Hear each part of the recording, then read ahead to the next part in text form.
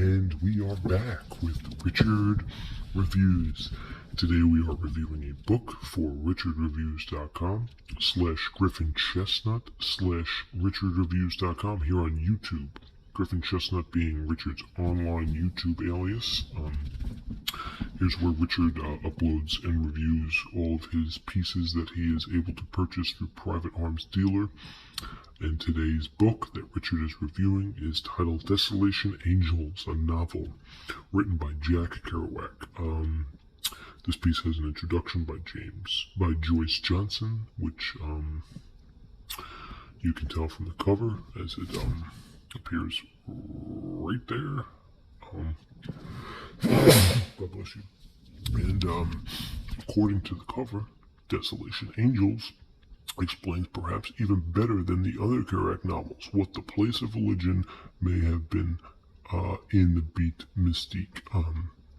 This is argued by Nelson Algren. Richard would claim that this quote that is presided on the cover of this extremely irrelevant to the notion inside the piece. Richard, being a pretty big fan of Jack Kerouac, has read a decent amount of his pieces. Jack Kerouac being the pretty good father of the Beat generation in the 1950s and 60s. He basically decided how the Merry Pranksters were going to get across from San Francisco on the hippie bus. It's called Further. Driven by Ben Kingsley, accompanied with Tom Wolfe, who ultimately wrote the masterpiece Kool-Aid Acid Test, which is more of a metaphorical point of view. It is lacking in many ways, but that's irrelevant to this story since we're covering Desolation Angels.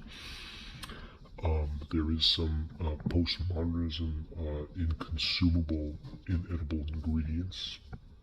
That's a little underwhelming, but we are here with this latest piece that Richard is able to bring us. And Richard obtained this piece through a private seller in 2014. Thank God for his rating system, which ultimately he's going to stick with. And it gives us a brief into the report that Richard is blessed to give us. Now, as we take a look at the piece, this piece being Richard's personal piece, so we have to watch that we don't damage it in any succular way, but this is a substantial obliteration to Richard's cosmetology piece. So, right off the bat, though, you can see this is a thick piece. So this is a very big and long Kerouac novel. Most of Kerouac's novels are shorter than this, at least the ones that Richard has reviewed on this channel so far. So he does wear a certain emerald style to it, and he's always doing his best notion.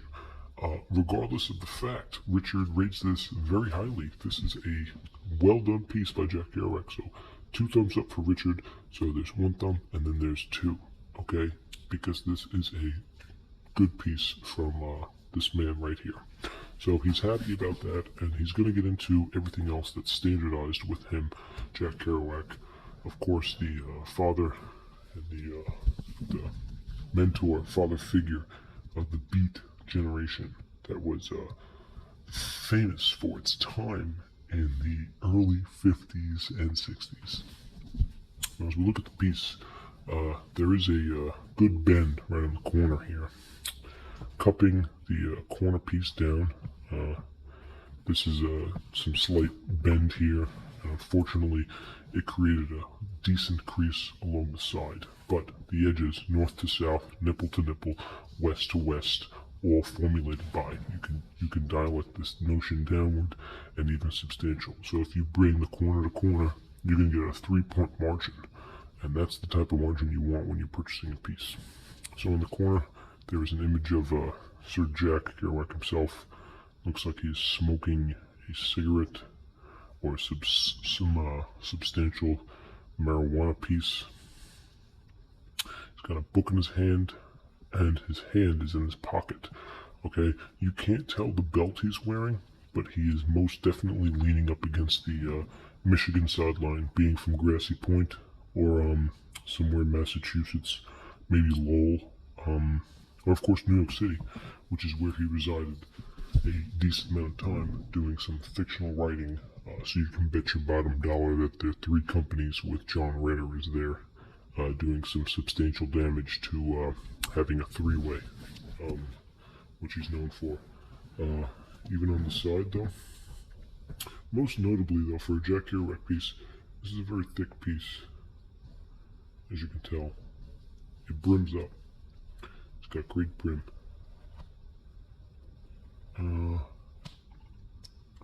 Yep, get a good look at that brim, because that is a thick, thick brim. Okay, good brim. But the cream is in great condition. Even the side piece, good condition. No stainage, good condition. And on the sides, so you have Jack Kerouac, Desolation Angels. And of course, the price here, which is a rarity in these standards.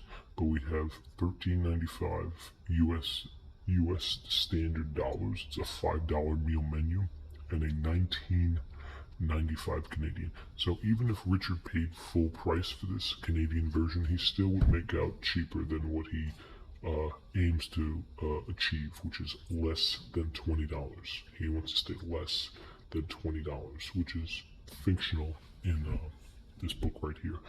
Accordingly, using the fourth dimension, Richard was able to provide himself with a United States Postal Office address, and you can download the app for free using the link in the description. So on the back, of course, this is more standard gluttony praise for the book, which are brought to you by substantial writers, giving you a greeting motion to the book. Of course, Allen Ginsberg, Richard's prime nemesis, does give a fictionalized version of how Jack Kerouac has inspired the generation as one of the most beatnistic people that you can imagine. Fun fact that Richard is aware of about Allen Ginsberg is of all the beat generation characters that Jack Kerouac brought to life throughout his novels, including Neil Cassidy, William S. Burroughs, Tom Wolfe, and all the other merry pranksters. Allen Ginsberg is even Lucille Carr.